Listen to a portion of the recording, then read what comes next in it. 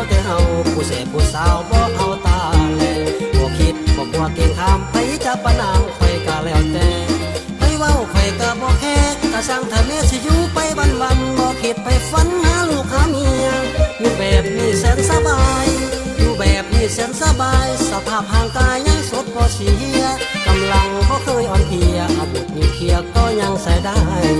อย่างสะเวินไปมาเพิดเพลินบ่อยู่ยากหัวใจ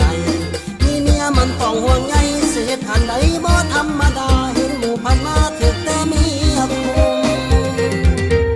บางคนจนนอนกลุ่มเมียตามคุ้มทุกเศร้าทุกคำไว้ที่ตามคือจังโล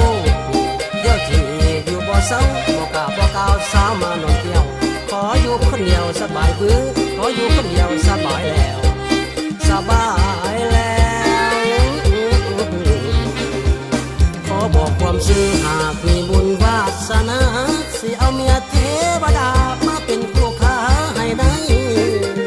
หากแม่นเป็นจริงคงจะสวยวิไลหากแม่นเป็นจริงคงจะสวยวิไลถ้าพบเห็นวันใดไปจะไปคู่มาสาวอยู่แถวนี้คอยบอกคิดจะไว้ใจหาหลอกลวงแต่ผู้ชายได้เงินแล้วไปไกลหน้า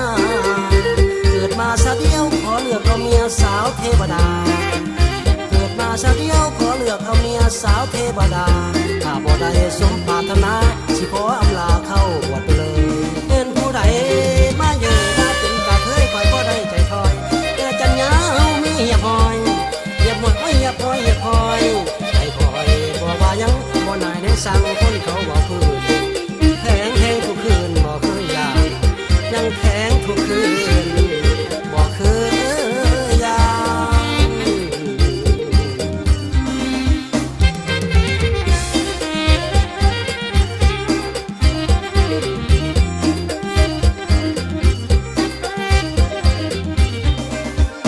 ขอบอกความซื่อหากมีบุญวาสนาสิเอาเมียเทวดามาเป็นคู่ค้าให้ได้หากแม่นเป็นจริงคงจะสวยวิไลหากแม่นเป็นจริงคงจะสวยวิไลถ้าพบเห็นวันใดไปจะไปคู่มาสาวอยู่แถวนี้คอยบอกคิดจะไว้ใจหาหลอกลวงแต่ผู้ชายได้เงินแล้วไปไกลหน้าเกิดมาซะเดียวขอเลือกเอาเมียสาวเทวดา